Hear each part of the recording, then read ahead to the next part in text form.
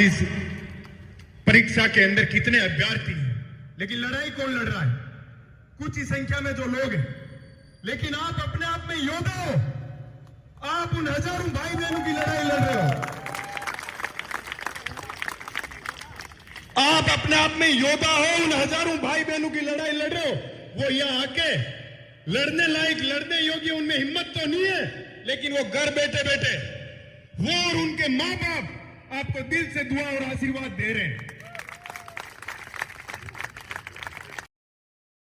निभाऊंगा, क्या पता अधिकारी बन जाओ, सरकार के दबाव में आप भी कभी कोई गलत काम करो तो मुझे आपसे भी लड़ना पड़ेगा, तो मैं लड़ूंगा। न्याय के लिए आप लोगों से भी लड़ना पड़ा तो भी लड़ूंगा। मेरे भाइयों और बहनों, आप चिंता मत करना, ये भाई है। देखो मेरे जीवन में जब बचपन से राजनीति, छात्र राजनीति, छात्रों के लिए, मेरे भाई बहनों के लिए मैं संघर्ष करता आ रहा हूं। मैंने आज ही आप लोगों के बीच खड़ा होकर कह रहा हूं, मैंने इतनी ईमानदारी से संघर्ष किया है।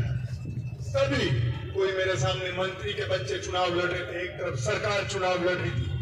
इन सब लोगों को मैं घुटनों के बल पे पटक के यदि जीत के आया हूं तो मेरी ईमानदारी की उस मेहनत की वजह से जीत के आया हूं। साथियों, आपको बताता हूं, अब तो मेरे पास ठीक संसाधन आप ही हो गए, लेकिन जब राजस्थान विश्वविद्यालय के अंदर मैं बतौर एक छात्र नेता के काम कर रहा था, तब तो मेरे पास संसाधनों की भी बड़ी कमी थी। मेरे पिताजी तो बिल्कुल राजनीति से दूर भागते हैं, उनको डर लगता है कि एक ही बेटा है, इसको कोई मार देगा, कर देगा। लेकिन मैं हमेशा उनको एक बात कहता हूँ, मैं हजारों युवा साथियों के लिए मरूंगा तो भी उन लोगों के लिए, उन लोगों के न्याय के लिए लड़के मरूंगा। तो आपको चिंता करने की आवश्यकता नहीं है।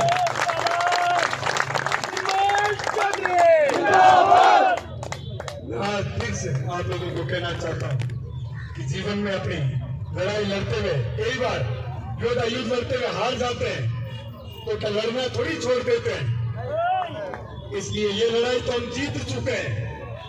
पूरे जिस दिन हिंदुस्तान के अंदर इस RS की परीक्षा की समय की जब लोग लड़ाई लड़ रहे थे, उसी समय हम लोग इस लड़ाई को जीत गए थे।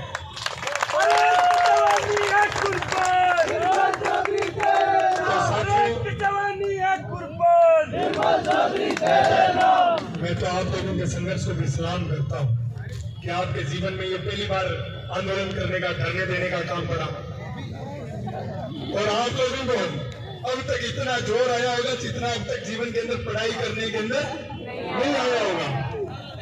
तो कभी संघर्ष करने से डरना मत।